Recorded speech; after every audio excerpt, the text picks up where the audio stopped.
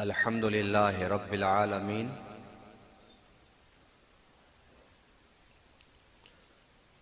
والصلاة والسلام على سید الانبیاء محمد المصطفى وعلى آلہ المجتبى اما بعد فاعوذ باللہ من الشیطان الرجیم بسم اللہ الرحمن الرحیم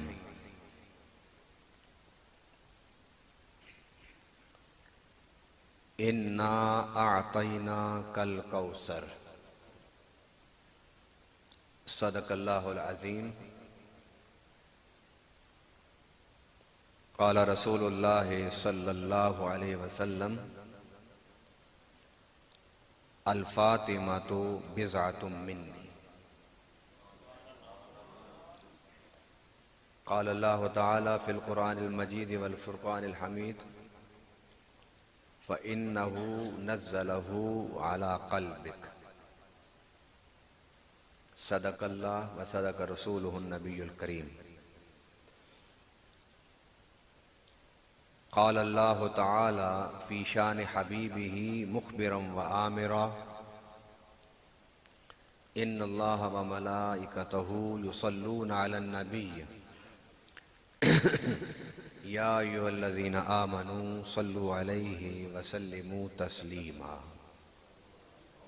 اللہم صل علی سیدنا و مولانا محمد وعلی آل سیدنا و مولانا محمد وبارک وسلم وصلوا علیہ الصلاة والسلام علیک یا رسول اللہ الصلاة والسلام علیک یا نبی اللہ الصلاة والسلام علیک یا شفیع المذنبین وعلى آلک و اصحابک و اہل بیتک یا محمد رسول اللہ صلی اللہ علیہ وسلم۔ اللہ تعالیٰ کی توفیق سے رحمت للعالمین صلی اللہ علیہ وسلم کی نظر عنایت سے آج ہم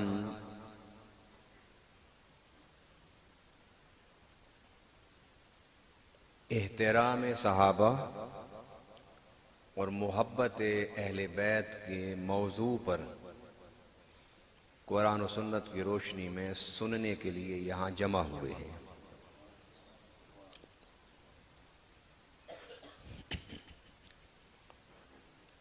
رب العالمین ان محفلوں میں ہمارا آنا، بیٹھنا، سننا، سنانا اپنی بارگاہ میں قبول فرمائے۔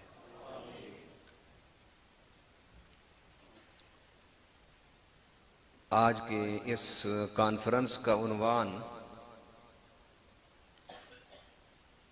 بڑا ایمان افروز ہے اور اس کے ساتھ ساتھ آج کے حالات میں اس عنوان اور اس موضوع کی بڑی ضرورت ہے۔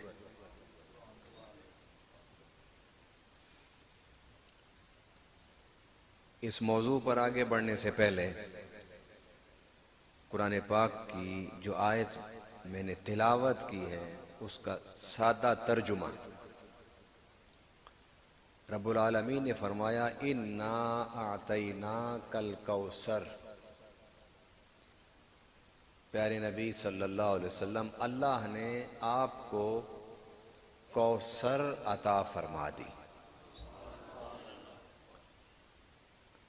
یہ اس کا ترجمہ۔ مفسرین فرماتے ہیں کہ لوگوں نے نبی پاک صلی اللہ علیہ وسلم کے بارے میں یہ کہنا شروع کیا کہ اس کی مخالفت نہ کرو، اس لیے کہ مخالفت کرنے کی ضرورت نہیں، کچھ عرصے کے بعد جب یہ دنیا سے جائیں گے تو ان کا نام و نشان ویسے ہی مٹ جائے گا۔ ان سے پوچھا گیا کہ کیوں؟ انہوں نے کہا نہ تو اس کا کوئی بھائی ہے، نہ اس کا کوئی بیٹا ہے، نعوذ باللہ ان کا نام لینے والا کون ہوگا؟ مفسرین کرام فرماتے ہیں کہ جب سیدنا امام حسن اور حسین کی ولادت ہوئی تو رب نے اعلان فرمایا، پیارے تیرا دشمن ذکر اس کا مٹ جائے گا، ہم نے تجھے خیر کثیر عطا فرما دیا ہے۔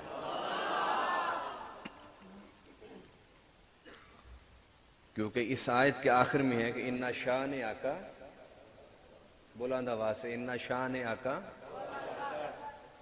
کہ تیرا دشمن وہ مقطوع ذکر بھی ہوگا اور مقطوع نسل بھی ہوگا۔ ابو جہل سے لے کر ابو لہب، عتبہ، شیبہ، ان سب دشمنان رسول صلی اللہ علیہ وسلم کو دیکھتے جائیے، ان کی ہسٹری پڑھتے جائیے، 4 8 بیٹے ہونے کے باوجود نسل ختم ہو گئی۔ اور ہم سب کے آقا و مولا حضرت محمد رسول اللہ صلی اللہ علیہ وسلم کے بارے میں کہتے تھے کہ ان کا ذکر تو مٹ جائے گا۔ نادانوں ذرا قبروں سے آ کر دیکھو کہ میرے آقا کا ذکر مٹا ہے یا بڑا ہے، بلکہ ان کو قبروں میں ہی پتا ہوگا کہ ہر عاشق کی قبر میں بھی ذکر مصطفیٰ ہو رہا ہے۔ اگر کوئی عاشق نہیں ہے، کلمہ گو بھی نہیں، مسلمان بھی نہیں، جب وہ مر کے قبر میں جاتا ہے تو اس سے 3 سوال ہوتے ہیں۔ کتنے سوال؟ بتا تیرا رب کون ہے؟ جب وہ یہ جواب دے لیتا ہے تو پھر فرشتہ سوال کرتا ہے، بتا تیرا دین کیا ہے؟ جب وہ یہ بھی جواب دے لیتا ہے تو پھر اللہ فرشتے سے کہتا ہے، اس کو کہو کہ اب جو سوال ہو رہا ہے اس پر تیری نجات کا دار و مدار ہے۔ تو فرشتہ سوال کرتا ہے، ما کنت تقول فی حق ھذا الرجل محمد۔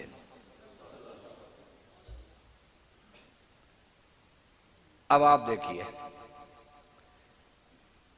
کافر ہو، مشرک ہو، بے دین ہو، منافق ہو، مومن ہو، عاشق ہو، موحد ہو، کوئی بھی ہو، اردو بولتا ہو، پنجابی بولتا ہو، سرائکی بولتا ہو، انگلش بولتا ہو، سنسکرت بولتا ہو، ہندی بولتا ہو، کوئی بھی زبان بولنے والا ہو، قبر میں اس سے سوال ہوتا ہے، اور ان سوالوں میں ایک سوال میرے آقا کے بارے میں بھی ہوتا ہے، تم تو مٹانے آئے تھے مصطفیٰ کا ذکر، تو قبر میں جا کے پتہ چلا کہ زمین تو زمین، قبروں میں بھی مصطفیٰ کا ذکر ہو رہا ہے۔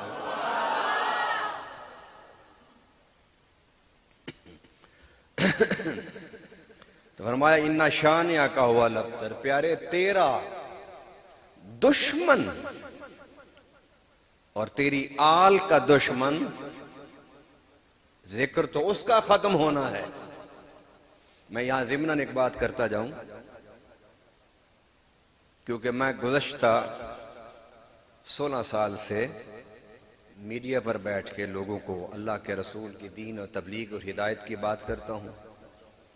گزشتہ 10-12 سال سے میں نے ٹی وی سکرین سے ہٹ کر جلسوں میں بھی تقریر کرنا شروع کی۔ ہمارا کام ہے سمجھانا، جوڑنا، سیدھا راستہ دکھانا، حق کی بات بتانا، اور بھٹکے ہوئوں کو پکڑ کر حضور کے گنبد خضرا پر لانا۔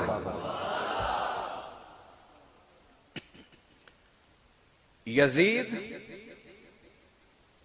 جب اس کے دربار میں سیدنا امام زین العابدین پہنچے تو اس نے کہا کہ یہ تو ساری عورتیں ہیں، یہ مرد کون ہے؟ کیونکہ اس کے ذہن میں یہ تھا کہ میں نے تو خانوادہ رسول کو مٹا دیا۔ تو سیدنا امام زین العابدین بیمار تھے، لیٹے ہوئے تھے، پوچھا یہ کون ہے؟ کہا یہ تو حسین کا بیٹا زین العابدین ہے۔ اس نے کہا کہ اس کو قتل کرو، تم نے اس کو کیوں چھوڑا ہوا ہے؟ تو سیدہ زینب کبریٰ سلام اللہ علیہا شیرنی کی طرح اٹھ کے کھڑی ہوئی۔ آپ نے فرمایا جو شہید ہو گئے وہ رب کی رضا پر شہید ہوئے، تیرے دربار میں بیٹھے ہوئے تجھ میں اور تیرے فوجیوں میں اگر ہمت ہے تو ذرا زین العابدین کا بال تو توڑ کے دکھائیں۔ ایک زین العابدین بچے، کتنے بچے؟ ایک زین العابدین بچے۔ آج ساتوں بر اعظموں پر میرے آقا کی اولاد موجود ہے، اور یزید جس کے 7 بیٹے تھے، یزید جس کے آج کہیں بھی اس کی نسل کی کوئی خبر، کیونکہ اِنَّ شَانِئَکَ هُوَ الْأَبْتَرُ۔ تو میں پیارے، جو تیرا دشمن ہوگا، تیری آل کا دشمن ہوگا، میں اس کو اس طرح کاٹ کے صاف کر دوں گا جس طرح کوئی گاجر اور مولی کاٹ کے پھینک دیتا ہے۔ تو امام حسن و حسین پیدا ہوئے تو رب کا قرآن بولتا ہے، فرمایا اِنَّا آتَيْنَاكَ الْكَوْثَرَ، پیارے ہم نے تجھے خیر کثیر دے دیا۔ اب زمین پر بھی تیرا ذکر، تیری آل کا ذکر، قبر میں بھی تیرا ذکر، اور حشر میں بھی، بلند آواز سے، حشر میں بھی، سینے کا زور لگا کے کیا یہ حشر میں بھی؟ کس طرح حشر میں ہوگا؟ میرے آقا صلی اللہ علیہ وسلم فرماتے ہیں الحسن والحسین سیدہ، جس کو یہ حدیث نہیں آتی میں اسے سننی نہیں مانتا۔ الحسن والحسین سیدہ شباب، میرے حسن اور حسین جنتی نوجوانوں کے سردار ہیں۔ اب جنت میں جا کے دیکھو، بغیر حسن و حسین کے نہیں جا سکو گے۔ تو پھر قیامت کے دن ذکر ہو رہے نہیں ہو رہے؟ جبرائیل آواز دیں گے، اے اہل معاشر اپنی نظریں جھکا لو۔ جبرائیل کیا آواز دیں گے؟ اے اہل معاشر اپنی نظریں جھکا لو۔ ادب سے سارے نظریں جھکا لیں گے، ادب سے سارے نظریں، لیکن دل میں سوال ہوگا کہ پل صراط پر تو بڑے لوگ گزرے ہیں، جبرائیل نے آواز نہیں دی، اب یہ کون آ رہا ہے کہ فرمائے جا رہے نظریں جھکا لو؟ قریشی صاحب یہ نقطہ بڑا توجہ طلب ہے۔ نظریں جھکا لو، سوال کرنے کی کسی میں جرت نہیں۔ نبی، رسول، صحابی، تابی، ولی، شہید، غازی، مجاہد، متقی، مومن، مسلم، سب اپنی نظریں جھکا لیں گے، مگر دل میں سوال ہوگا کہ آ کون رہا ہے عظمت والا؟ تو اللہ کہے گا جبرائیل ان کو بتا دو۔ تو جبرائیل کہیں گے کہ حسن و حسین کی اماں آ رہی ہے، سارے نظریں جھکا لو۔ تو میرے آقا صلی اللہ علیہ وسلم فرماتے ہیں کہ سب کی نظریں جھکی ہوئی ہوگی، مگر سادات کو اجازت ہوگی کہ اپنی شان والی اماں کو دیکھ لیں۔ وہ قیامت کے دن نظریں اوپر اٹھا کے دیکھیں گے کہ ہماری اماں کا گزر ہو رہا ہے۔ تو بتاؤ پھر قیامت میں اہل بیت کا ذکر ہے یا نہیں ہے؟ اچھا، اہل بیت کا دنیا اور قبر اور آخرت میں تو ذکر ہے ہی۔ مجھے کوئی بھی تم میں سے، علماء میں سے،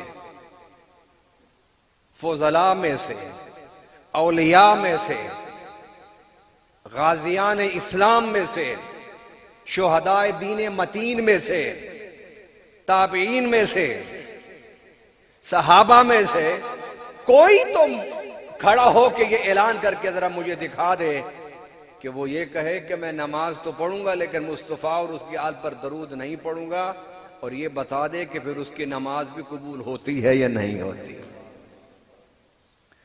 اہل بیت پر جتنی کتابیں لکھی جاتی تھیں، ایک دور ایسا آیا کہ ان کتابوں کو جلا دیا جاتا، ان کتابوں کو دریا برد کر دیا جاتا۔ تو کسی نے کہا کہ یہ اہل بیت کی شان پر لکھنے جانے والی کتابوں کو کیوں جلاتے ہو؟ انہوں نے کہا کہ ہم یہ چاہتے ہیں کہ اہل بیت کا ذکر اور محبت لوگوں کے دلوں سے ختم ہو جائے، لوگوں تک اہل بیت کا ذکر نہ پہنچے۔ تو کسی عشق والے نے ان کو کہا، ارے نادانو، ساری کتابیں بھی تم دریا میں ڈال دو تب بھی اہل بیت کا ذکر ختم نہیں ہو سکتا، اس لیے کہ جب بھی کوئی سجدہ رکوع کر کے بیٹھے گا نماز میں، جب تک اللہم صلی علی محمد والا آل محمد نہیں پڑھے گا اس کی نماز نہیں ہوگی۔ اگر ذکر اہل بیت میں جانا چاہتے ہو تو پہلے نماز کو ختم کرو۔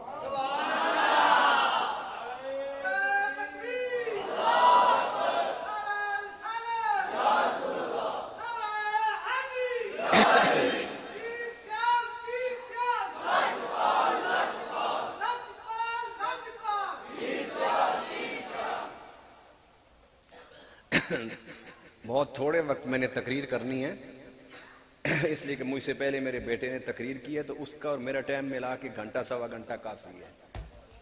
ایسے ٹھیک ہے نا؟ میں نے بچوں کو اس لیے ساتھ رکھا ہوا ہے کہ بچوں کو پتہ چلے کہ ہمارا ابا کیا کرتا ہے۔ باپ دین کی تبلیغ کر رہا ہوتا ہے، بیٹا سکول کالج میں پڑھ رہا ہوتا ہے، باپ جب مرتا ہے تو اس بیٹے کو کلخانی پر پتہ چلتا ہے کہ میرا ابا کیا کام کرتا تھا۔ پھر دین پڑھے بغیر سمجھے بغیر باپ کی سیٹ پر بیٹھتے ہیں۔ میرے آقا نے فرمایا خود بھی گمراہ ہوتے ہیں، دوسروں کو بھی گمراہ کرتے ہیں۔ میں نے اپنے بچوں کی غیر نصابی سرگرمی ہوتی ہے نا، ایک تو پڑھنا پڑھانا ہوگا نا، درسی سرگرمی ہوتی ہیں، دوسری غیر نصابی۔ تو غیر نصابی سرگرمیوں میں عام بچے کوئی کرکٹ رکھتا ہے، کوئی فٹ بال رکھتا ہے، کوئی میپ لکھتا ہے، کوئی کارٹون بناتا ہے۔ میں نے کہا بیٹا آپ کی تعلیم ضروری ہے، کیونکہ علم کے بغیر آپ ہدایت نہیں دے سکتے کسی کو۔ تعلیم ضروری ہے، اور تعلیم کے بعد آپ کی غیر نصابی سرگرمی کیا ہے کہ قرآن پڑھو، حدیث پڑھو، تفسیر پڑھو، تاریخ پڑھو، صحابہ کو پڑھو، اہل بیت کو پڑھو، اور دیکھو کہ میں کیا کر رہا ہوں، تاکہ تمہیں پتہ چل جائے، زندگی میں سیکھ جاؤ کہ دین کی خدمت کرنی ہے۔ دین کی آپ نہیں چاہتے کہ علماء کے بچے دینی خدمت کریں؟ چاہتے ہیں آپ؟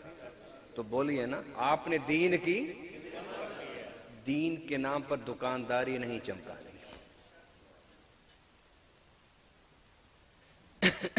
اس لیے رات کی اس پہر میں، کل ایک ہی چھٹی ہے بچوں کو، میں نے کہا چلیں بھائی میرے ساتھ چلیں، حضور کی نعت پڑھو۔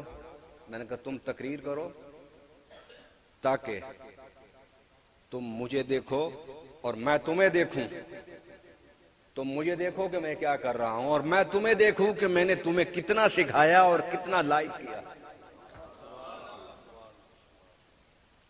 آج ہم نے سب سے بڑا المیہ یہ ہے کہ پیر مر جائے، اس کا خلیفہ 80 سال کا بھی ہے، سفید داڑھی والا، اس کو پیر کی مسند پر نہیں بٹھائیں گے۔ پیر کی مسند پر وہی بیٹھے گا جو اس کا بیٹا ہے، خواہ وہ خلاف سنت چلتا ہو، منہ پر داڑھی نہ ہو، بے نمازی ہو، جاہل ہو، بیٹھے گا وہی پیر باپ کی سیٹ پر۔ کیوں ایسے ہے؟ اگر تمہیں شوق ہے کہ تم نے اپنے باپ کی مسند پر بیٹھنی ہے تو پھر باپ والا علم، تقوی اور دین کی خدمت کا جذبہ پیدا کرو۔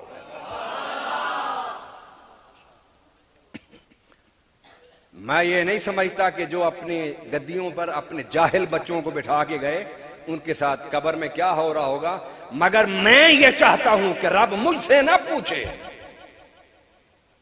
کہ تو اپنی سیٹ پر جاہل اور بے دین بچوں کو کیوں بٹھا کر آئے۔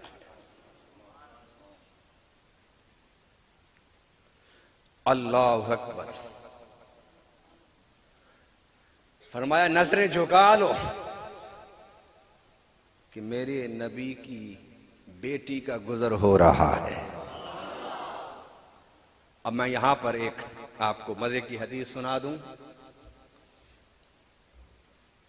کہ حضرت عبداللہ ابن عمر رضی اللہ تعالی عنہما کو ان کے والد حضرت عمر امیر المؤمنین رضی اللہ تعالی عنہ وسلام اللہ علیہ، انہوں نے 500 مال غنیمت میں سے دیا۔ کتنا دیا؟ ذرا بلند آواز سے بولیے، باہر والے ذرا ٹھنڈی ہوا میں بیٹھے ہیں وہ بھی بول دیں تاکہ ذرا گرم ہو جائے گا ایمان کا جذبہ۔ حسن و حسین آئے تو ان کو کتنا دیا؟ 1000 اپنے بیٹے کو 500 اور علی کے بیٹوں کو بلند آواز سے یہ یاد کیجئے، میں یاد کرا رہا ہوں آپ کو، میں سبق پڑھا رہا ہوں، میں بولتا جاؤں آپ سننے کے بعد بھلاتے جائیں تو اس کا تو کوئی مزہ نہیں نا۔ کچھ 2 سبق کی باتیں بھی یاد کر لو بھائی، اور یہی حدیث ہی یاد کر لو، میرا یقین ہے کہ قبر میں کوئی فرشتہ نہیں روکے گا۔ 1000 سیدنا امام حسن امام حسین کو مال غنیمت میں سے دیا، اور اپنے بیٹے کو کتنا دیا؟ بیٹا کہنے لگا ابا جان، مولا علی کی شادی تو مدینہ میں ہوئی ہے، تو یہ مدینہ میں شہزادے پیدا ہوئے ہیں، میں تو اس وقت مسلمان ہوا کہ جب مکہ کی دھرتی پر کلمہ پڑھنا ایسے تھا جس طرح پھانسی کے پھندے کو گلے میں ڈالنا ہو۔ کلمہ پڑھنا ایسے تھا جس طرح انگاروں پر لیٹنا ہو۔ کلمہ پڑھنا ایسے تھا کہ جس طرح ہاتھ اور پاؤں میں میخیں گاڑنا ہو۔ کلمہ پڑھنا ایسے تھا کہ فاقوں اور بھوک کے راستے پر چلنا ہو۔ میں نے ہجرتیں کی، میں نے نبی کے ساتھ 30 غزوات لڑے۔ یہ شہزادے تو اس وقت ماں کی گود میں بھی کھیل رہے تھے۔ خدمات میری زیادہ اور ہدیہ ان کو زیادہ۔ میرا ایمان یہ کہتا ہے کہ حضرت عبداللہ ابن عمر رضی اللہ تعالیٰ عنہ خود نہیں بولے، رب نے کہا بول جا۔ تو بولے گا، عمر جواب دے گا تو قیامت تک کے لیے مسئلہ حل ہو جائے گا۔ ذرا بلند آواز سے کہیے، جو سیدنا عمر کو مانتا ہے بلند آواز سے کہے۔ سیدنا عمر فاروق رضی اللہ تعالی عنہ نے فرمایا ابوہما خیر من ابیکا و امہما خیر من امکا۔ اے میرے بیٹے عبداللہ، ان دونوں کی ریس نہ کرنا، اس لیے کہ ان کا باپ تیرے باپ سے بہتر، ان کی ماں تیری ماں سے افضل۔ فرمایا کہ پہلے ان جیسا باپ اور ماں لیا، پھر ان کی ریس کرنا، پھر ان کی ریس کرنا۔ اللہ کے بندو، اہل بیت کا کوئی مقابلہ ہو سکتا ہے؟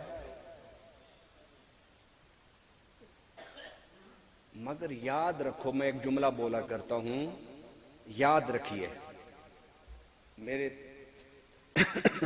ویسے تو کہتے ہیں نا کہ وہ کسان کا بیٹا بچپن سے ہی اس کو کھیتی باڑی کا پتہ ہوتا ہے نہیں ہوتا؟ لوہار کے بیٹوں کو بچپن سے ہی پتہ چل جاتا ہے کہ لوہا کیسے کاٹنا ہے، کیسے کوٹنا ہے۔ سونار کے بیٹے کو پتہ ہوتا ہے کہ سونا کیسے بنانا ہے، زیور کیسے تیار کرنا ہے، بچپن سے ہی۔ میرے والد کیونکہ عالم تھے، میں بچپن سے ہی ان کی گود سے ہی میں نے سیکھنا، سننا اور سمجھنا شروع کر دیا۔ لیکن شعور کے ساتھ مجھے پڑھتے پڑھاتے ہوئے 30 سال ہو گئے۔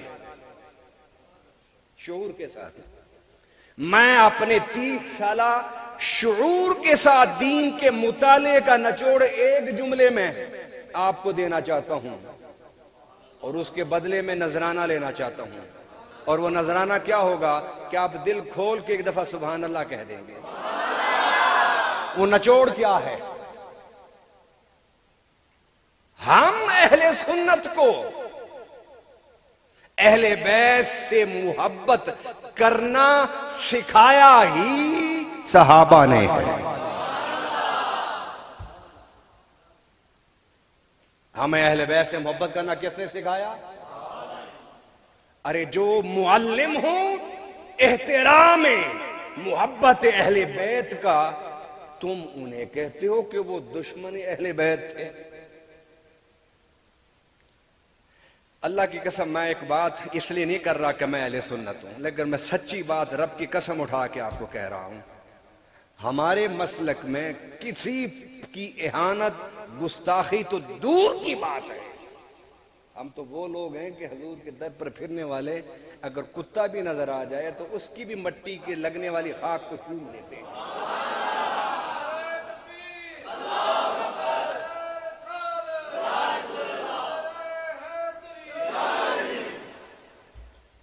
گستاخی تو دور کی بات ہے، گستاخی کا شائبہ بھی نہیں ہے۔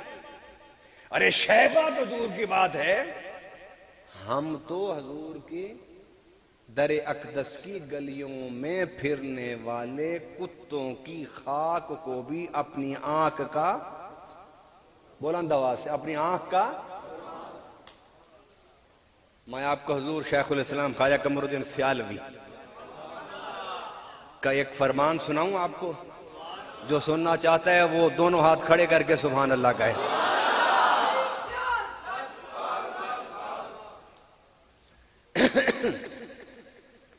آپ جب بھی اذان سنا کرتے تھے تو اشہد ان محمد رسول جب سنتے تھے تو حدیث میں ہے کہ جواب میں کہا کرو قرۃ عینی بک یا رسول اللہ۔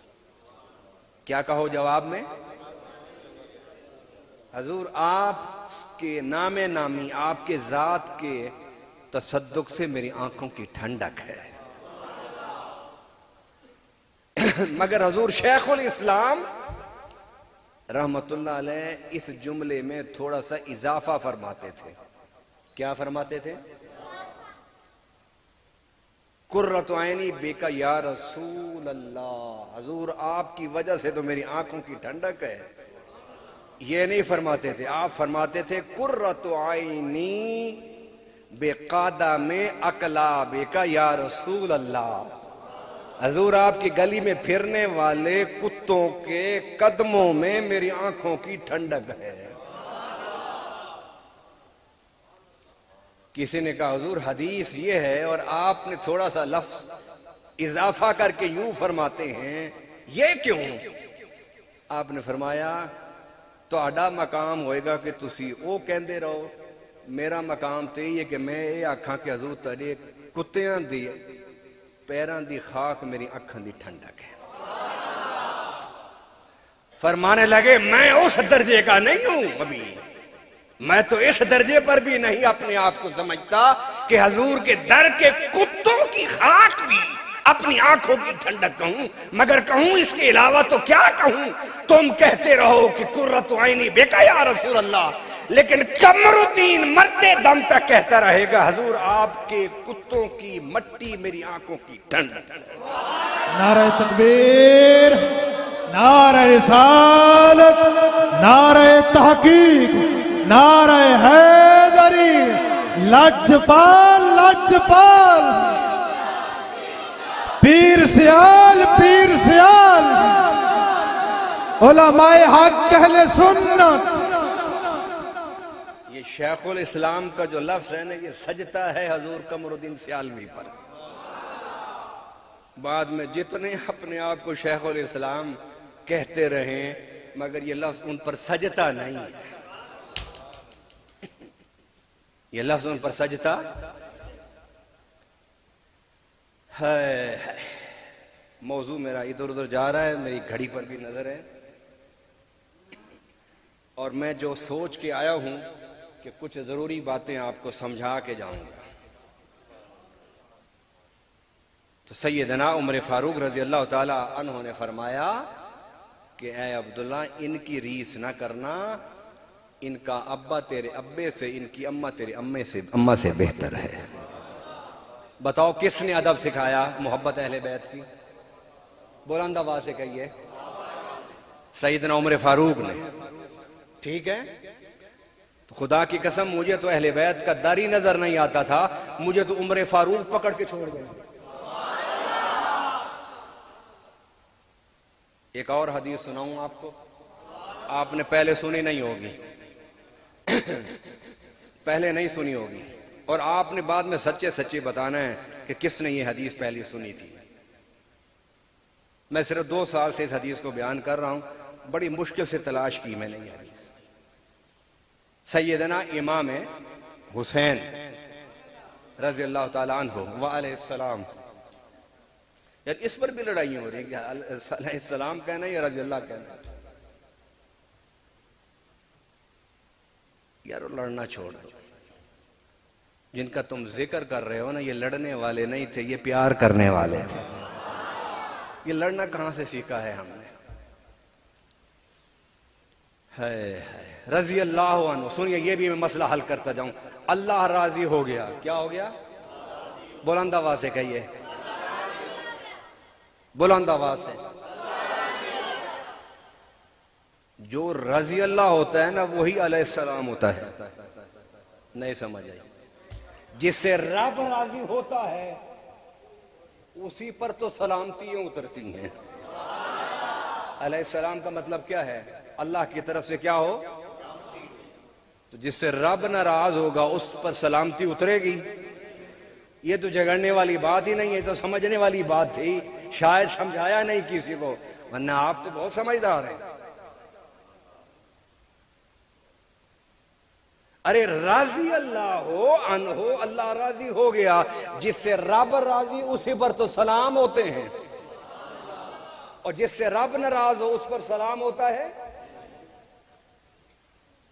میں اکثر کہتا ہوں شیعہ علماء کو، میرے پاس سارے آتے ہیں. کیوں آتے ہیں سارے؟ اس لیے کہ میں حضور خواجہ معین الدین چشتی اجمیری کا ماننے والا ہوں. وہاں سارے آتے تھے. میں کیوں ڈروں کسی سے کہ فلان آئے میرے پاس، فلان آئے. آؤ سارے آؤ، آؤ سارے آؤ، آتے جاؤ اور مصطفیٰ کی علم کی خیرات پاتے جاؤ. اللہ اکبر. مولا علی کرم اللہ تعالی وجہ الکریم، امام حسن امام حسین جمعے کی تیاری کر کے مسجد نبوی میں آئے، بیٹھ گئے. سیدنا امام حسین اٹھے سیدھا منبر پر. کدھر گئے؟ اور منبر پر بیٹھے تھے امیر المؤمنین سیدنا عمر فاروق رضی اللہ تعالی وعلیہ السلام. کیا فرق پڑتا ہے اس میں؟ میں آپ کو کہتا ہوں السلام علیکم، آپ کیا کہیں گے مجھے؟ تو آپ نے مجھ پر سلام بھیجا، میں نے تو عمر فاروق پر نہیں سلام بھیج سکتے؟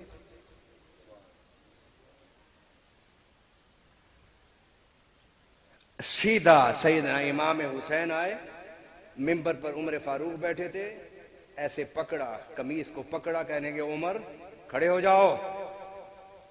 عمر کھڑے ہو گئے، کہا منبر سے اتر جاؤ. اتر گئے ممبر سے. سیدنا علی کرم اللہ تعالی وجہ الکریم رضی اللہ تعالی عنہ وعلیہ السلام کھڑے ہو گئے.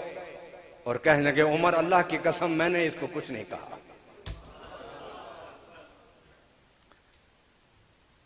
میں نے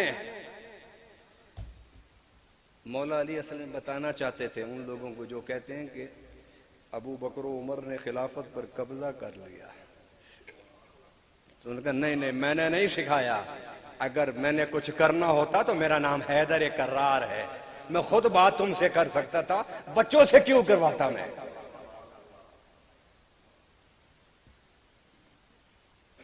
آپ خاموش ہو گئے, بیٹھ گئے, منبر سے اتر گئے. جب اتنی حدیث ہمارے جو سنی ہے نا وہ یہ حدیث نہیں بیان کرتے. وہ کہتے ہیں کہ ہمارے جو نوجوان ہیں لوگ کم پڑھے لکھے ہیں, دوسرا مطلب نہ لے لیں کہ حضور کے شہزادے نے عمر فاروق کو منبر سے اتار دیا, گویا اہل بیت راضی نہیں تھے. میں نے کہا آدھا دین سمجھو گے تو پریشان رہو گے, پورا دین سمجھو نا. اتر گئے نیچے اور سیدنا امام حسین نے کہا عمر جاؤ اپنے نانا کے منبر پر بیٹھ کے خطبہ دو. بلند آواز سے کہو حسنین کریمین کا ذکر ہے, سینے کا زور لگا کے کہو تاکہ پتہ چلے کہ صحابہ کا ذکر ہو تب بھی ہمارے سینوں پر, اور اہل بیت کا ذکر ہو تب بھی ہماری آنکھوں پر. اللہ اکبر. آپ نے فرمایا حسین میرے نانے کا منبر کہاں سے آیا؟ آسمان کے نیچے زمین کے اوپر اگر منبر ہے تو صرف تیرے نانا کا ہے. تھوڑی دیر کھڑے رہے, پھر حضرت امام حسین کہتے ہیں اچھا چلو پھر بیٹھ کے خطبہ دو. بلند آواز سے آپ کی سبحان اللہ سے مجھے پتہ چلے گا کہ آپ میری باتوں پر کتنے راضی ہو. بیٹھو خطبہ دو. واپس جا کے بیٹھ گئے. اب یہاں پر عشق والوں نے کہا گھبراؤ نہیں اس واقعے سے, اس واقعے کو پورا سمجھ لو. سیدنا عمر فاروق رضی اللہ تعالی عنہ منبر پر بیٹھے خلیفہ بن کر, حسین نے اتار دیا پھر بٹھا دیا. گویا یہ اعلان تھا کہ پہلے امت نے عمر کو خلیفہ بنایا, منبر پر بٹھایا, اب حسین نے عمر فاروق کی خلافت پر مہر لگا دی.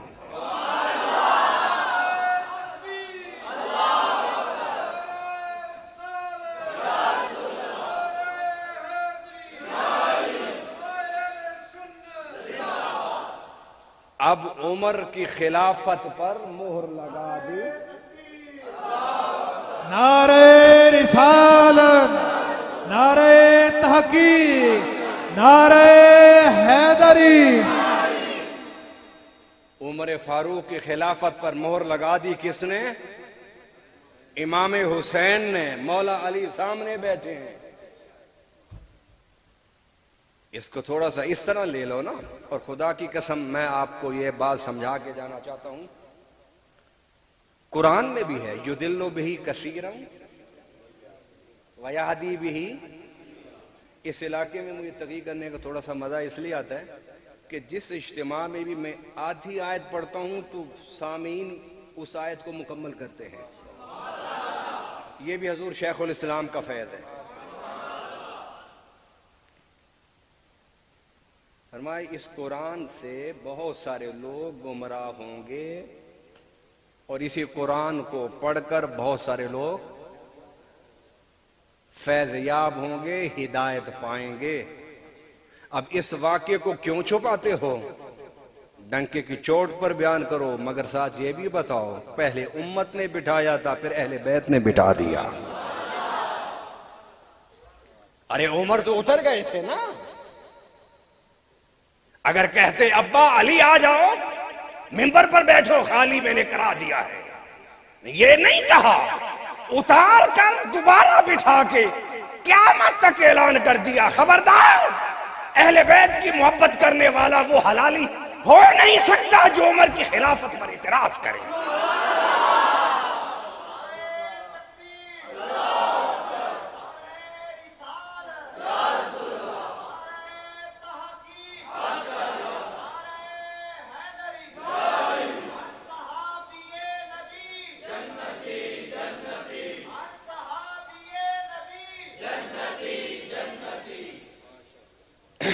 مجھے یہ بتائیے کہ یہ جو بال ہے یہ کھال کے اندر ہے، کھال بال سے اور بال کھال سے جدا، جہاں بھی ذکر شروع کرو گے اہل بیت کا اس کا سرا صحابہ سے نکلے گا،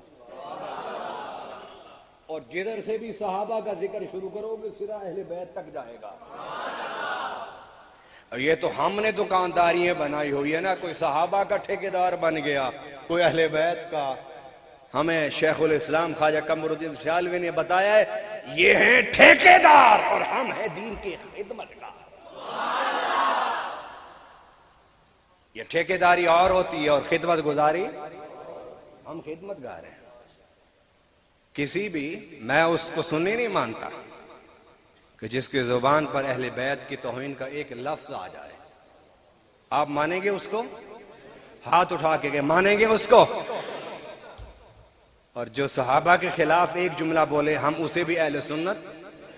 ارے اہل سنت تو وہ گلدستہ ہے کہ جس گلدستے میں توحید کا پھول ہے، عشق رسول کا پھول ہے، عظمت صحابہ کا پھول ہے، محبت اہل بیت کا پھول ہے، اور غلامی اولیاء کا پھول ہے۔ سارے پھول اگر نظر آئیں گے تو اہل بیت کے گلدستے میں نظر آئیں گے۔ ایسے ہے یا نہیں؟ لیکن دشمن نے ہمیں بھی بانٹ دیا، ہمیں بھی تقسیم کر دیا۔ مجھے دکھ ہے، میں کسی بھی سنی کے خلاف کوئی بات نہ کرتا ہوں نہ سنتا ہوں، یہ ہمارے گھر کا معاملہ ہے، لیکن مجھے نہیں سمجھ آتی کہ اس گھر کے معاملے کو چوک اور گلیوں اور سڑکوں میں کون لے کر آیا۔ خدا را خدا را خدا را، میں ان مولویوں سے ان پیروں سے ہاتھ جوڑ کے کہتا ہوں کہ ہم سب یا رسول اللہ کہنے والے ہیں، ہمیں یہ اختلافات چوک چراہوں پر حل کرنے کے بجائے بند کمروں میں بیٹھ کے حل کرنا چاہیے۔ ایسا ہونا چاہیے نہیں ہونا چاہیے؟ اور آپ لوگ یہ اپنے اندر شعور پیدا کریں، اگر کوئی اہل سنت کا مولوی ممبر پر بیٹھ کے اہل سنت کو تقسیم کرنے کی باتیں کرے تو کھڑے ہو کے اس کی گستاخی نہ کرو، ہاتھ جوڑ دو خدا کے لیے کہ موضوع بدل دو۔ یہ تو کر سکتے ہو نا۔ آئیے بات کو میں ختم کرتا ہوں۔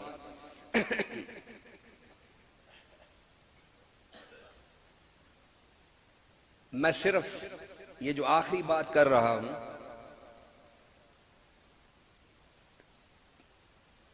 کبھی یار زندہ صحبت باقی، پھر میں کسی اگلے خطاب کے لیے ایک موضوع آپ کو دے کے جا رہا ہوں۔ آخری بات بھی ہے، ایک موضوع بھی ہے۔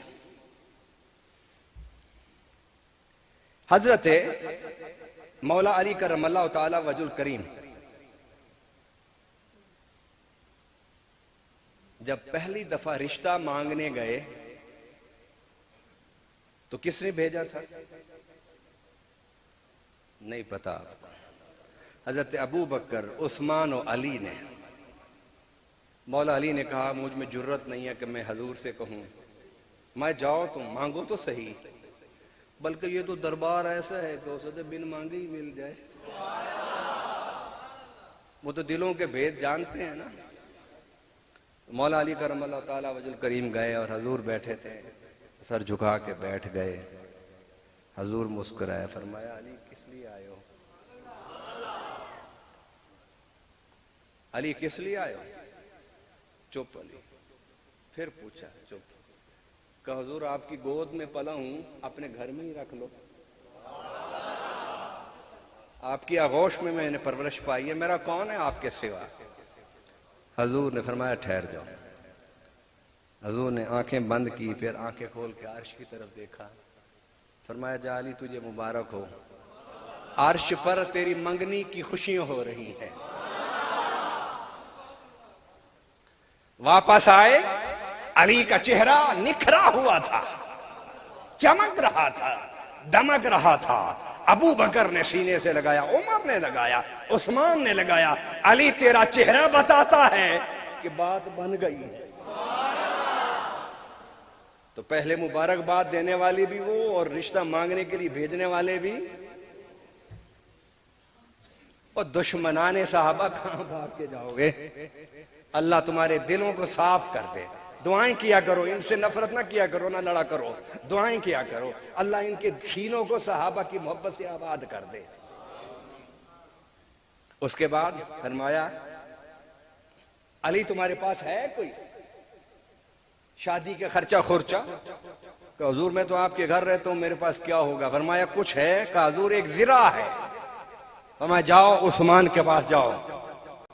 یہ میں باتیں ان کی کتابوں سے سنا رہا ہوں، حوالہ نہیں ہے میں دے رہا، لیکن ان کی کتابوں سے ہے.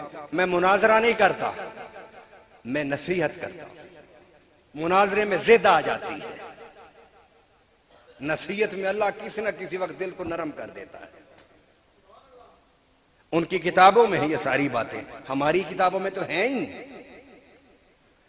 عثمان غنی رضی اللہ تعالیٰ عنہ کے پاس گیا، کہا عثمان یہ زرہ میری لے لو، میں نے شادی کرنی ہے، خرچہ کرنا ہے.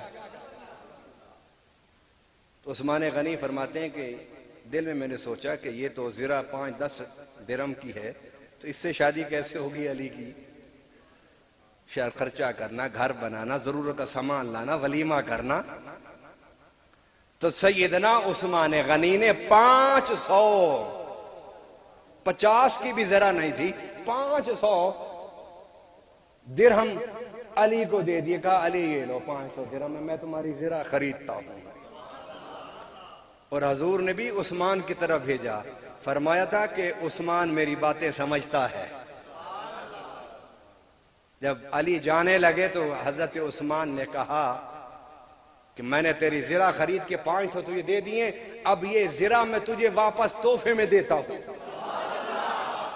زرہ بھی واپس کر. اور جاتے ہوئے کہا عثمان رضی اللہ تعالیٰ عنہ نے، علی گھبرانا نہیں، شادی کے لیے گھر بھی میں بنا دوں گا. گھر بھی بنا کے دیا.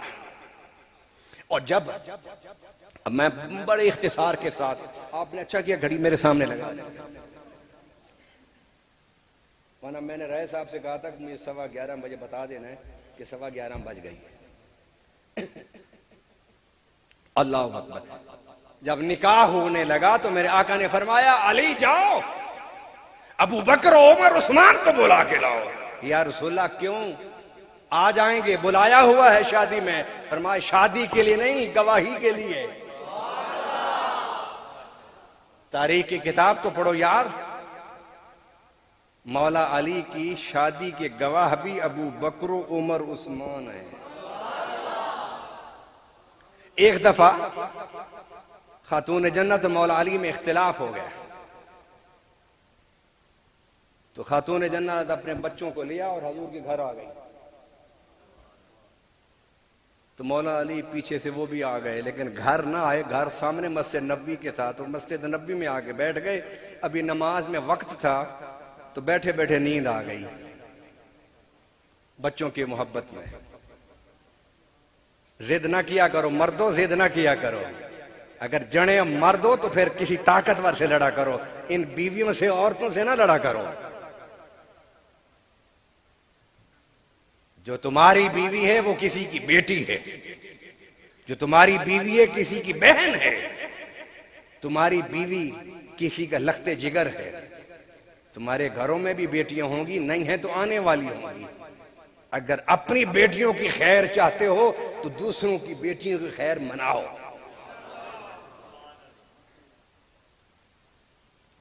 اللہ اکبر.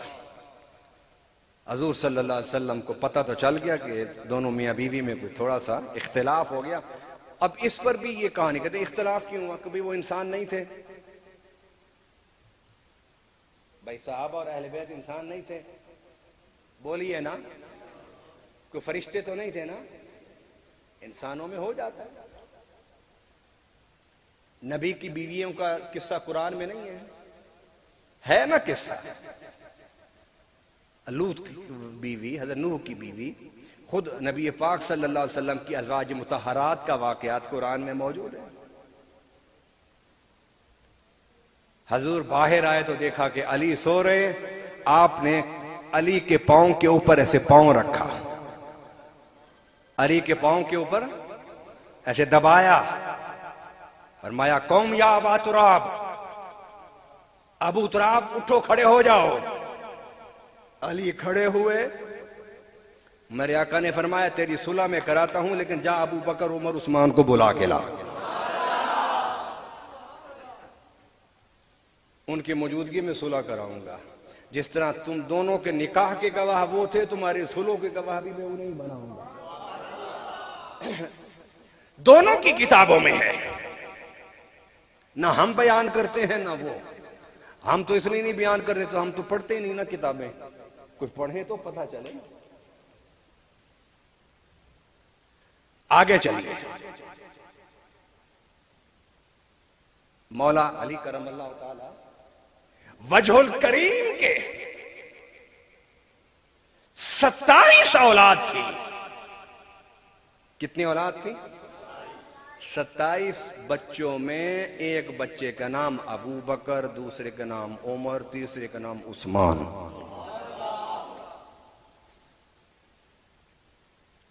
حضرت بی بی شاہر بانو جو شاہ ایران کی بیٹی تھی، نام شاہ جہان تھا، بعد میں اسلام میں جب آئیں تو پھر شہر بانو نام ہو گیا۔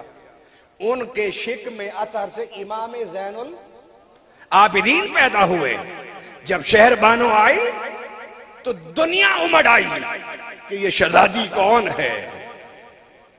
تو سیدنا عمر فاروق رضی اللہ تعالیٰ عنہ نے، امیر المومنین تھے، یعنی دوسرے لفظوں میں بادشاہ تھے، آپ نے شہزادی کا نکاح اپنے بیٹے سے کرنے کے بعد فرمایا شہر بانو گھبرا نہیں، اگر تو شاہ ایران کی بیٹی ہے، ایران کے بادشاہ کی بیٹی ہے، تو میں تجھے نکاح کے لیے اس کا بیٹا دوں گا جو دو جہان کا بادشاہ ہے۔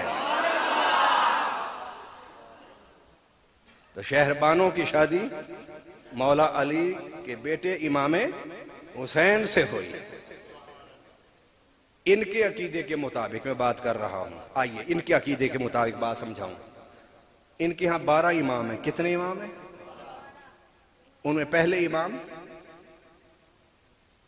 ماشاءاللہ بڑے سادے لوگ، پہلے امام حضرت علی، دوسرے امام حضرت امام، تیسرے امام حضرت امام، اور چوتھے امام امام زین العابدین۔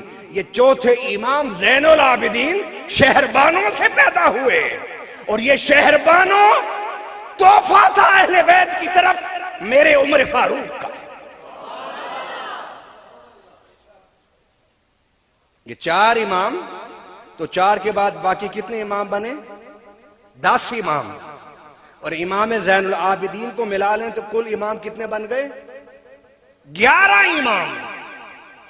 یہ 11 امام ان کے پیدا ہوئے حضرت شہر بانو سے، جس حضرت شہر بانو کو حضرت امام حسین کو عمر فاروق نے عطا فرمایا، نکاح پڑھایا اور ان کے گھر بسایا۔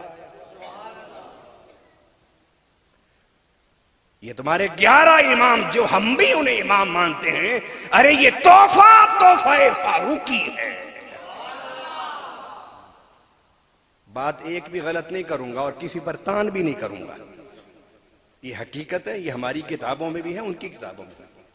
اب آئیے بات کو سمیٹتا ہوں، یہ ایک موضوع ہے۔ سیدنا امام حسن، امام حسین، اور ان کے بعد 11 ائمہ جو دنیا میں ان کے لیے بھی سر آنکھوں کا سر پر تاج ہیں اور ہمارے بھی سر کا تاج ہے۔ ان 11 ائمہ میں، بلکہ آپ یوں کہہ لیجئے 14 کے 14 اماموں میں، ہر امام کی اولاد میں ابو بکر، عمر، عثمان اور عائشہ کے نام موجود ہیں۔ اور حضرت امام حسن حسین یہ داماد ہیں۔ یہ کیا ہیں؟ کن کے؟ حضرت عثمان غنی کے داماد ہیں یہ عثمان غنی کے۔ ارے ابو بکر عمر عثمان اگر دشمن ہوتے اہل بیت کے تو حسن و حسین عثمان کے داماد بنتے، داماد بنتے۔ اگر آپ 14 ائمہ کی تاریخ کو اٹھا لیں، میرے پاس کتابیں موجود ہیں گاڑی میں ساتھ لایا تھا لیکن میں اس موضوع کی طرف ذرا دیر سے آیا۔ میں اس موضوع کو اگلے کسی پروگرام، آج کی آخری بات کو اگلے کسی پروگرام کے لیے موضوع بنا کے چھوڑنا چاہتا ہوں۔ 14 کے 14 اماموں کے گھر میں یہ سارے ائمہ کے نام، سارے صحابہ کے نام اور ام المومنین حضرت عائشہ صدیقہ کا نام موجود تھا۔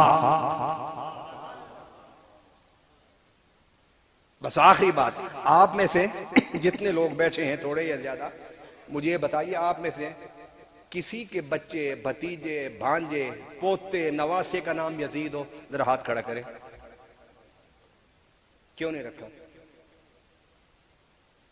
کیوں نہیں رکھا؟ بولیے، صرف ایک آدمی کو جواب دے دے، میں سب کی طرف سے۔ دشمن اہل بیت۔ ارے ہم 14 صدیوں سے دشمنیاں نبھا رہے ہیں کہ ہم نے یزید کا نام نہیں رکھنا۔ نہیں سمجھ آئی آپ؟ ہم 14 صدیوں سے اہل بیت سے محبت نبھا رہے ہیں، اہل بیت کے دشمنوں سے دشمنی رکھی ہوئی ہے کہ ہم اپنے گھر میں یزید کا نام، بلند آواز سے، یزید کا نام، یہ اہل بیت سے کیا کر رہے ہیں؟ ہم محبت نبھا رہے ہیں۔ یہ اہل بیت کے دشمنوں کے ساتھ دشمنی نبھا رہے ہیں کہ گھر میں ہم یزید کا نام نہیں آنے دیتے۔ ارے یہ اگر صحابہ اہل بیت کے دشمن ہوتے ہیں، مولا علی سے خلافہ چینی ہوتی، بی بی فاطمہ سے فدق چینا ہوتا، تو اپنے بچوں کے نام مولا علی نے ابو بکر، عمر، عثمان رکھا۔ امام زین العابدین کے بچوں کا نام ان پر۔ اور ایک اور پتے کی بات بتا رہا ہوں، جائیے، آج گوگل ہے نا آپ کے پاس موبائل، اس میں گوگل کھولیے اور لکھیے کہ شہدائے کربلا۔ اس میں کیا لکھیں؟ نوجوانوں کو شرم و حیا کی طرف آؤ، اپنی راتوں کو گناہوں کی آلودگی سے سیاہ کرنے کے بجائے دین کے نور سے آباد کرنا سیکھو۔ اس میں صرف لکھ دو گوگل میں جا کے شہدائے کربلا۔ اگر ان شہدائے کربلا میں ابو بکر، عثمان، عمر کا نام نہ ہو، میں سنیہ چھوڑ دوں گا۔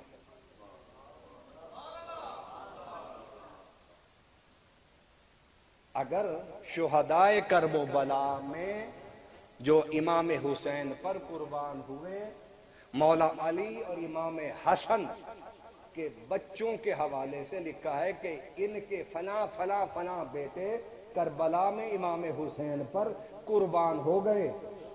ان قربان ہونے والے بچوں میں نام ہے، ایک کا نام ابو بکر ہے، ایک کا نام عمر ہے، ایک کا نام عثمان ہے۔ واہ علی، تو اتنا بہادر ہو کے ڈر گیا؟ نعوذ باللہ، نعوذ باللہ، نعوذ باللہ، تو ڈر گیا۔ ارے جو راہ مذہب سے نہ ڈرا، اس نے کسی سے کیا ڈرنا تھا؟ یہ کہتے ہیں کہ تیرے گھر کو جلایا، تیرے بیٹے محسن کو مارا، تیری بیوی پر تشدد کیا، تیرے گلے میں رسہ ڈال کے مدینہ میں گھسیٹا، تو عجیب آدمی ہے۔ نعوذ باللہ، تو عجیب آدمی۔ میں ان کو سمجھانے کے لیے کہہ رہا ہوں، میری کیا مجال کہ میں علی سے ایسی بات کروں کہ تیرے گھر کو اجاڑنے والے، خلافت چھیننے والے، باغ فدق پر قبضہ کرنے والے، تو ان کے ناموں پر اپنے بچوں کے نام رکھ رہا ہے۔ ہم تو تمہاری دشمنی کو دشمنی اپنی سمجھ کر اور تمہاری محبت کی بنیاد پر اپنے سینوں میں تمہاری محبت رکھے، ہم تو تمہارے کسی دشمن کا نام اپنے بچوں کا نام رکھنے کے لیے تیار نہیں۔ اگر کوئی رکھ دے تو قطع تعلقی کر لیتے ہیں۔ آپ کیسے امام ہیں؟ نہیں سمجھ آئی؟ یقیناً امام علی بڑی شان والے، بڑی جرت والے، بڑی بہادری والے، ہرگز وہ دشمن نہیں تھے صحابہ کے، اور نہ صحابہ دشمن تھے ان کے، وہ تو شیر و شکر تھے۔ وہ کیا تھے؟ شیر و شکر تھے۔ یہ جتنی میں نے آخری جو 2-4 منٹ بات کی ہے، یہ سب ہم سب کی کتابوں میں ہے، لیکن خدا کے لیے ہمیں پڑھنے کی توفیق ہو نا۔ میں تو کہتا ہوں، آپ سے بھی کہتا ہوں کہ آپ کسی عالم مقرر کی بات نہ مانیے۔ آج ہر بات موبائل کے اندر موجود ہے۔ میں اپنے ان دوستوں کو بھی کہتا ہوں کسی ذاکر کی بات نہ مانو خدا را، اس لیے کہ قبر میں کسی ذاکر نے نہیں آنا، قبر میں اللہ کی پہچان، دین کی معرفت اور مصطفیٰ کی غلامی بچائے گی۔ اپنے عقیدے کو درست کرو، خدا را اپنے دلوں کو صحابہ اور اہل بیت کی محبت سے آباد کرو، محبت سے آباد کرو، محبت سے شاد کرو۔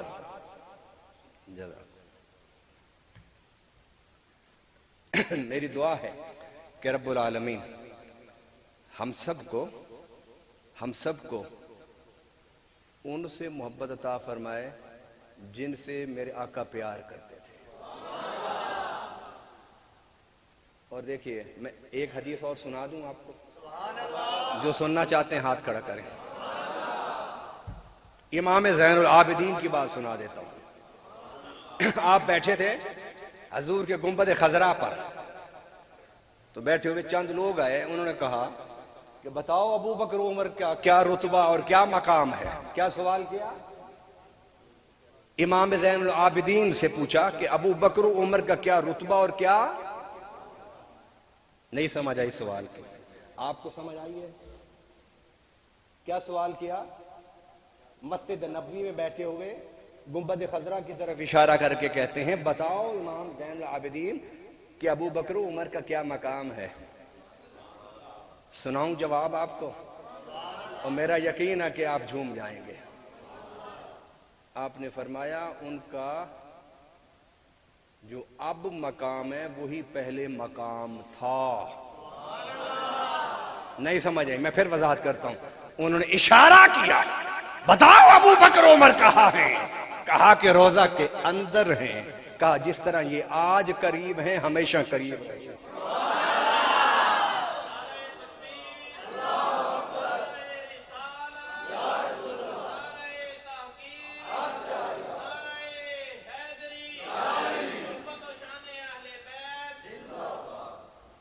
فرمایا کہ تم مجھ سے پوچھتے ہو کہ ان کا کیا مقام ہے یا کیا مقام تھا، دیکھنا ہے تو آج دیکھ لو، جو آج مقام ہے یہی پہلے مقام تھا۔ آج بھی ساتھ ہے اور کل بھی۔ وَقَضَا نُحْشَرُ يَوْمَ الْقِيَامَةِ، میرے آقا نے فرمایا ہم اس طرح، دونوں چل رہے تھے مدینہ کی گلی میں تینوں، فرمایا ہم اسی طرح جئیں گے، اسی طرح مریں گے، اسی طرح اٹھیں گے۔ اور اس سے پہلے ایک حدیث ہے، فرمایا تم جانتے ہو کہ حضور کہاں پیدا ہوئے؟ کہاں پیدا ہوئے؟ مکہ میں۔ وصال کہاں ہوا؟ مدینہ میں۔ اور مدفن کہاں پر ہے؟ عائشہ کا، ام المؤمنین رضی اللہ تعالی عنہا کا حجرہ مبارک۔ کیوں؟ پیدا مکہ میں ہوئے، دفن یہاں ہوئے۔ فرمایا اس لیے کہ جہاں سے مٹی لی جاتی ہے دفن بھی وہیں کیا جاتا ہے۔ فرمایا بس یہیں تو رک کیوں جاتے ہو؟ آگے بھی تو دیکھ لو، جو دائیں بائیں سوئے ہوئے ہیں، اس کا مطلب یہ ہے کہ جب اللہ نے کہا ہوگا مٹی لاؤ، میں مصطفیٰ کا رخ والضحیٰ سجانا چاہتا ہوں، تو رب نے کہا ہوگا مٹی ذرا چوکھی لے کے آئیں، اس لیے کہ ایک مکھڑا مصطفیٰ دا، دوسرا صداقت دا، تیسرا عمر فاروق۔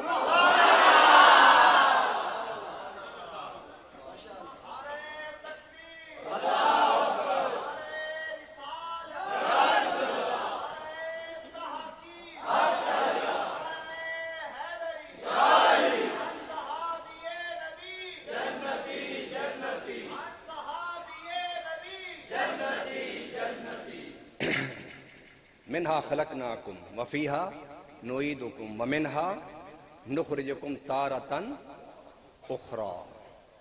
فرمایا تم دیکھتے نہیں کہ یہ تینوں یہاں کیوں ہیں؟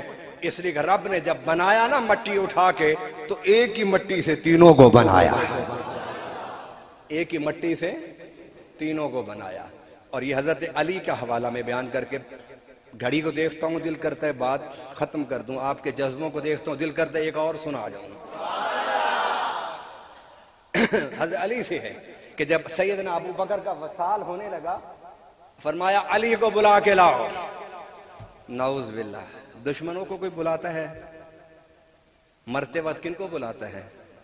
اپنے پیاروں کو، بیٹوں کو، بیوی کو، جو جس سے زیادہ پیار ہوتا ہے اسی کو بلائے۔ فرمایا مولا علی کو بلا کے لاؤ، میرا آخری وقت ہے۔ علی آئے، کہا علی تیرے ان ہاتھوں نے مصطفیٰ کو غسل دیا ہے، مجھے بھی غسل تو دینا۔ تیرے ان ہاتھوں نے مصطفیٰ کو کفن پہنایا ہے، مجھے بھی تو ہی کفن دینا۔ ان ہاتھوں سے تو نے مصطفیٰ کی میت کو درود و سلام کے لیے رکھا، میری میت کو بھی تو ہی رکھنا، جنازہ بھی تو پڑھانا، اور میری میت لے جا کر حضور کے گنبد خضرا کے دروازے کے سامنے تو رکھنا۔ اور رکھنے کے بعد عرض کرنا یا رسول اللہ صلی اللہ علیہ وسلم آپ کا یار غار آیا ہے، آپ کا۔ مولا علی نے یہ سارے کام کیے اور پھر میت لا کے گنبد خضرا کے سامنے رکھی، عرض کی یا رسول اللہ ابو بکر کا حکم تھا کہ وہ کہتا تھا کہ کہنا یار غار آیا ہے۔ دروازہ کھلا، ارے سینہ کھول کے سبحان اللہ کہو، دروازہ کھلا، فرمایا جلدی کرو، ارے محبوب کو محب سے ملا دو، ارے جلدی کرو محب کو محبوب سے ملا دو۔ دروازہ اس طرح کھولا، آواز اس طرح آئی، لگتا ایسا تھا کہ حضور بھی جدائی میں بچھڑے ہوئے تھے، جلدی کیا کہ جلدی لاؤ اس کو میرے پاس۔ اچھا جب حضرت ابو بکر صدیق نے کہہ دیا تھا کہ دروازے پر رکھ دینا، دروازے پر رکھ دینا، اور حضور نے بھی فرما دیا تھا وَكَذَلِكَ نُحْشَرُ يَوْمَ الْقِيَامَةِ، ہم اس طرح کٹھے رہیں گے، کٹھے اٹھیں گے، تو پھر دروازے پر لا کے کیوں رکھا؟ پھر دروازے پر لا کے کیوں رکھا؟ حضور صلی اللہ علیہ وسلم کے سچے غلام ابو بکر ایک اور عقیدے کی بھی وضاحت کرنا چاہتے تھے۔ وہ عقیدہ کیا؟ کہ میری جنازے کو باہر رکھنا، بس کہنا کہ حضور غلام آیا ہے، کہ اس کا کیا فائدہ ہوگا؟ فرمایا اس کا فائدہ یہ ہوگا کہ جو ابو بکر صدیق کے نعرے لگاتے ہیں ان کا عقیدہ ذرا درست ہو جائے گا۔ نہیں سمجھے؟ اب میں دوسری طرف تھوڑا سا سمجھانا چاہتا ہوں۔ کس طرح؟ فرمایا کہ صداقت ابو بکر زندہ باد، عدالت عمر زندہ باد، عثمان کے حیا زندہ باد۔ ارے گلی گلی نگر نگر کے نعرے لگانے والوں آؤ، ابو بکر یہ سمجھانا چاہتے ہیں دنیا سے جاتے ہوئے کہ نبی وہ ہو نہیں سکتا جو بے خبر ہو، وہ اتنا باخبر ہوتا ہے کہ اس کا غلام جب دروازے پر پہنچتا ہے تو دروازہ خود کھل جاتا ہے۔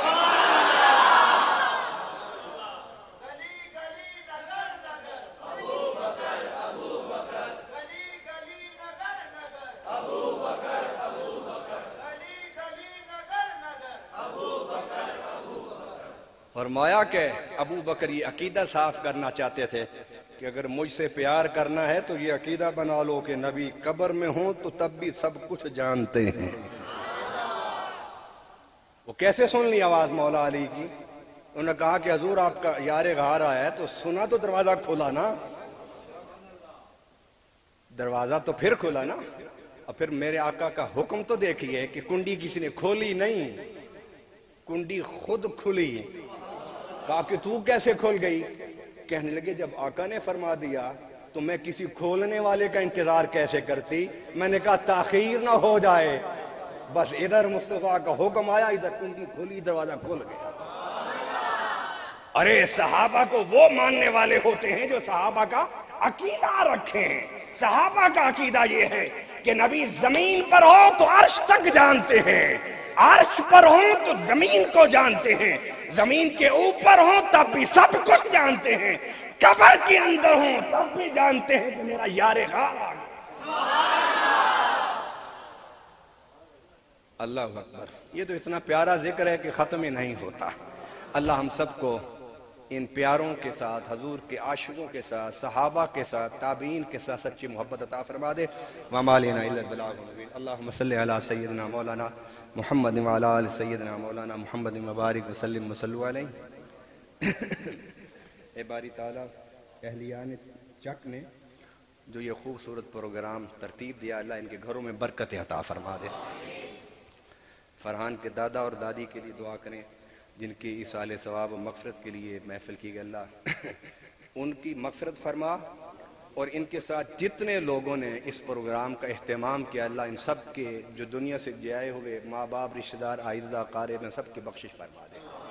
اہل بیت کے محبت کا صدقہ سب کی مغفرت فرما دے. رسول اللہ کے اہل بیت کا صدقہ سب کی محبت، سب کی بگڑیاں سنوار دے. سیدنا ابو بکر صدیق، عمر فاروق، عثمان غنی، مولا علی، امام حسن حسین، امام زین العابدین، امام باقر، امام جعفر، امام جتنی بھی ائمہ ہیں، اللہ قیامت تک تیرے پیارے نبی صلی اللہ علیہ وسلم کی اولاد ہے، سب کے درجات کو بلند فرما دے. اہل بیت کی محبت کا صدقہ اللہ ہمارے ایمان کو درست فرما دے. اے اللہ ہمیں صحابہ کی غلامی عطا فرما، صحابہ کی غلامی عطا فرما، صحابہ کی غلامی عطا. ہمارے ملک میں استحکام عطا فرما، ہمارے ملک میں امن عطا فرما. اے اللہ ہم سب کو صحابہ کی محبت پر جمع فرما دے، ہم سب کو اہل بیت کی محبت پر جمع فرما دے، ہم سب کو حضور کی غلامی پر جمع فرما دے، ہم سب کو اللہ کی توحید پر جمع فرما دے. اے اللہ ہمیں اولیاء کرام سے وابستگی عطا فرما دے. اے اللہ جنہوں نے تھوڑا خرچ کیا، زیادہ خرچ کیا، سب کی جھولیوں کو بھر دے، کروڑوں کروڑوں عطا فرما دے. ان کے گھروں میں امن عطا فرما، ان کے گھروں میں سکون عطا فرما، ان کے گھروں میں قرار عطا فرما. اے اللہ جو دور سے آئے، قریب سے آئے، سب کی جھولیوں کو بھر دے. میرے ساتھ جو ساتھی لاہور سے ہیں، اللہ ان کی بھی مشکلات کو آسان فرما، ان کو بھی رزق عطا فرما. اے باری تعالیٰ جنہوں نے صدارت کی، ساتھ بزرگ بیٹھے ہیں، دائیں بائیں جتنے ہیں، اے اللہ ہم سب کا خاتمہ ایمان پر فرما، ہم سب کا خاتمہ ایمان فرما. اے اللہ یہ جو نوجوان ہیں، اے اللہ یہ جو نوجوان ہیں ہمارے مسلک کے ابابیل ہیں، اے اللہ ان کو قوت عطا فرما، ان کو طاقتیں عطا فرما، ان کو ہمارے مسلک کا پاسبان بنا دے، انہیں ہمارے مسلک کا محافظ بنا دے. اے باری تعالیٰ ہم سمجھتے ہیں کہ ہم تیرے دین کی حفاظت کر رہے ہیں، ہم فانی لوگ ہیں، دنیا سے چلے جانا ہے. تو نے اپنے دین کی حفاظت خود کرنی ہے. اپنے دین کی حفاظت کے لیے تو نے خود بندے پیدا کر دینے ہیں، تو نے خود لوگ کھڑے کر دینے ہیں. ہمارے بچپن اور جوانی میں بڑے علماء تھے، بڑے علماء تھے. ہم سوچتے تھے کہ یہ دنیا سے چلے گئے تو ہمارے مسلک کا کیا بنے گا، لیکن اللہ جس کو چاہتا ہے اپنے مسلک کی خدمت کی توفیق دیتا ہے. اے اللہ جتنے علماء، جتنے مشائخ تیرے پیارے حبیب کے دین کا کام کر رہے ہیں، سب کی حفاظت فرما. اہل سنت کو اتحاد عطا فرما، اہل سنت کو اتحاد عطا فرما. اہل سنت کی لڑائیوں کا خاتمہ فرما، ہمارے آپس کی جھگڑوں کا خاتمہ فرما، اور جو اس جھگڑوں کو پھونک مار کے بڑھا رہے ہیں، اللہ ان کو ہدایت نصیب فرما دے، اللہ ان کو ہدایت نصیب فرما دے. اس علاقے والوں پر اپنی رحمت فرما دے. ہماری مسلح افواج کو قدم قدم پر کامیابی عطا فرما. اے اللہ سرحدوں پر، بلوچستان میں جہاں جہاں دہشت گرد اس ملک کے لیے، اس ملک کے خلاف کام کر رہے ہیں، اللہ ان کو دہشت گردوں کا خاتمہ فرما. ہماری فوج کو طاقت عطا فرما، ہماری فوج کو قوت عطا فرما. اے اللہ جہاں ہماری فوج قدم رکھے، اپنی طرف سے فتح عطا فرما دے. ہمارے ملک میں غربت بڑھ رہی ہے، اللہ اس غربت کا خاتمہ فرما. مہنگائی بڑھ رہی ہے، اللہ اس مہنگائی کا خاتمہ فرما. غریب پریشان ہے، تیری امت کا غریب پریشان ہے، اللہ اپنے حبیب کا صدقہ ہمیں عطا فرما دے، ہمیں اپنے حبیب کا صدقہ عطا فرما دے. آخری دعا کر رہا ہوں، اے اللہ ہمیں زندگی صحت کے ساتھ عطا فرما، خاتمہ ایمان کا فرما، قبر میں پیارے آقا کا دیدار عطا فرما، اور میدان حشر میں حضور کی شفاعت نصیب فرما. صلی اللہ تعالیٰ علی خیر خلقہ محمد و آلہ وصحبہ اجمعین.